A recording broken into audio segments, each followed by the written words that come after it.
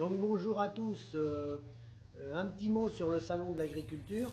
Donc le salon de l'agriculture, comme chaque année, va ouvrir dans quelques jours.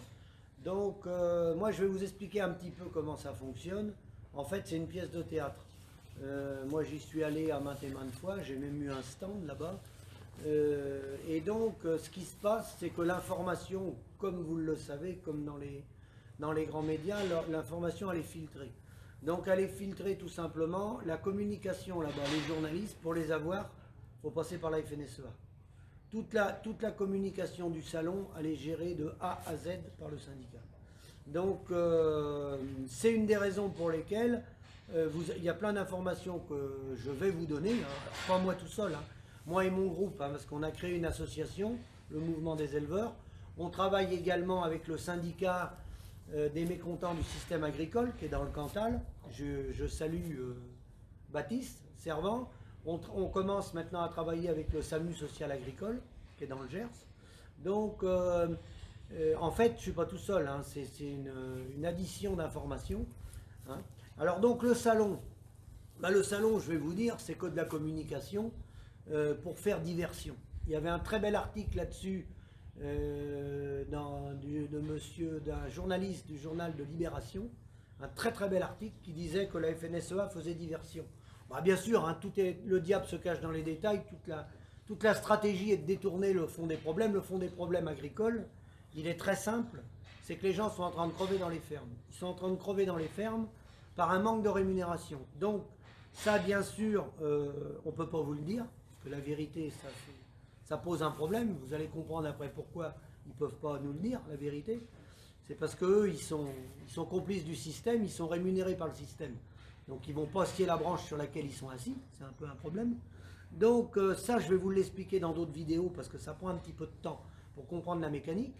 Mais là, par exemple, le salon, je peux vous expliquer ce que ça va être. Alors, peut-être qu'il va être perturbé avec les rémunérations, parce qu'avec les 14 000 euros qu'ont sorti Mediapart, bravo à la journaliste de Mediapart qui a fait un remarquable travail, hein, mais on n'est pas rendu au bout de nos peines, on va en apprendre d'autres. Le salon était déjà programmé avec l'information, les grands médias, le problème agricole, le glyphosate et l'agribashing. Alors, je vais commencer par le glyphosate.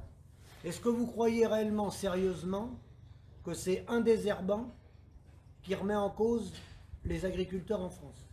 Soyons sérieux. Soyons sérieux. On est à plus de 2 suicides par jour, parce que les vrais chiffres, vous ne les avez pas.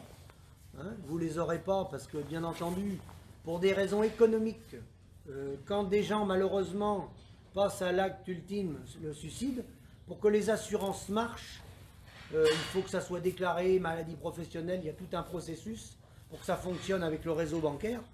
Donc, bien entendu, les chiffres, il faut qu'ils soient cachés. Donc ça, je ne vais rien vous apprendre qu'il y en a plus de 600 qui meurent par an, il y en a plutôt 1000, voire plus de 1000.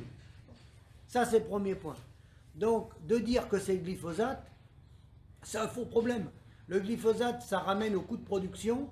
Le coût de production, pourquoi les gens ont utilisé massivement des désherbants, hein, c'est venu après-guerre, c'est parce que ça coûte moins cher de désherber, c'est plus pratique de tuer les mauvaises herbes avec un passage de pulvérisateur que de prendre la charrue comme mon père ou mon grand-père, puis labourer. Parce qu'avant les désherbants, n'oubliez jamais que ça n'existait pas. Le premier désherbant qui est apparu, c'était la charrue. Les gens labouraient la terre, retournaient la terre. Et là, il n'y avait pas de désherbant.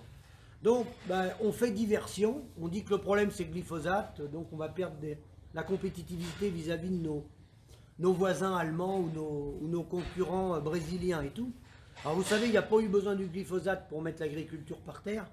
On est par terre sans glyphosate. Et je vous expliquerai pourquoi, mais dans une autre vidéo. Pourquoi on en est arrivé là et pourquoi on est par terre. Ça n'a rien à voir avec le glyphosate.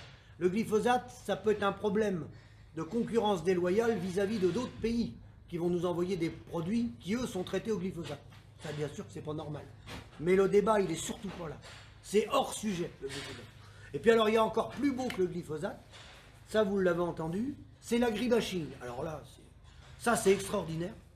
Parce que c'est extraordinaire, parce qu'il y en a, il arrive tellement à avoir un niveau intellectuel tellement bas, qu'il y a des gens que, pensez-vous, ils ont monté des caméras dans leur exploitation.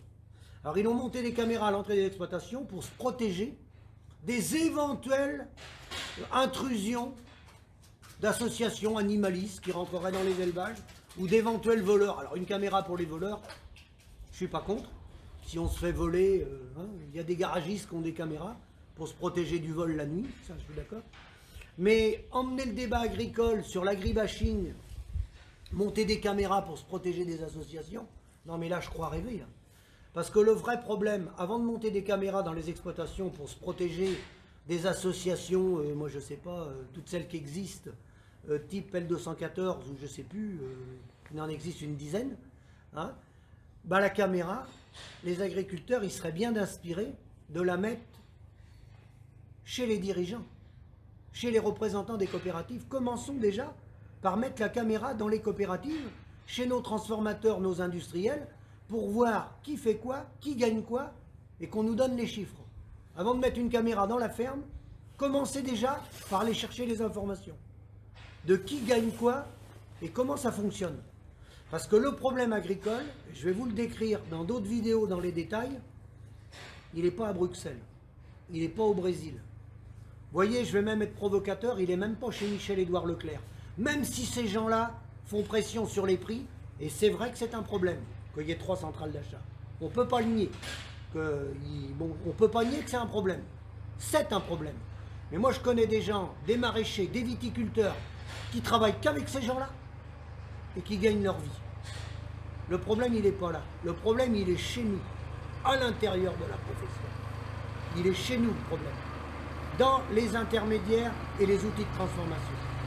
Donc, je vais reprendre une autre vidéo et je vais rentrer plus dans le détail.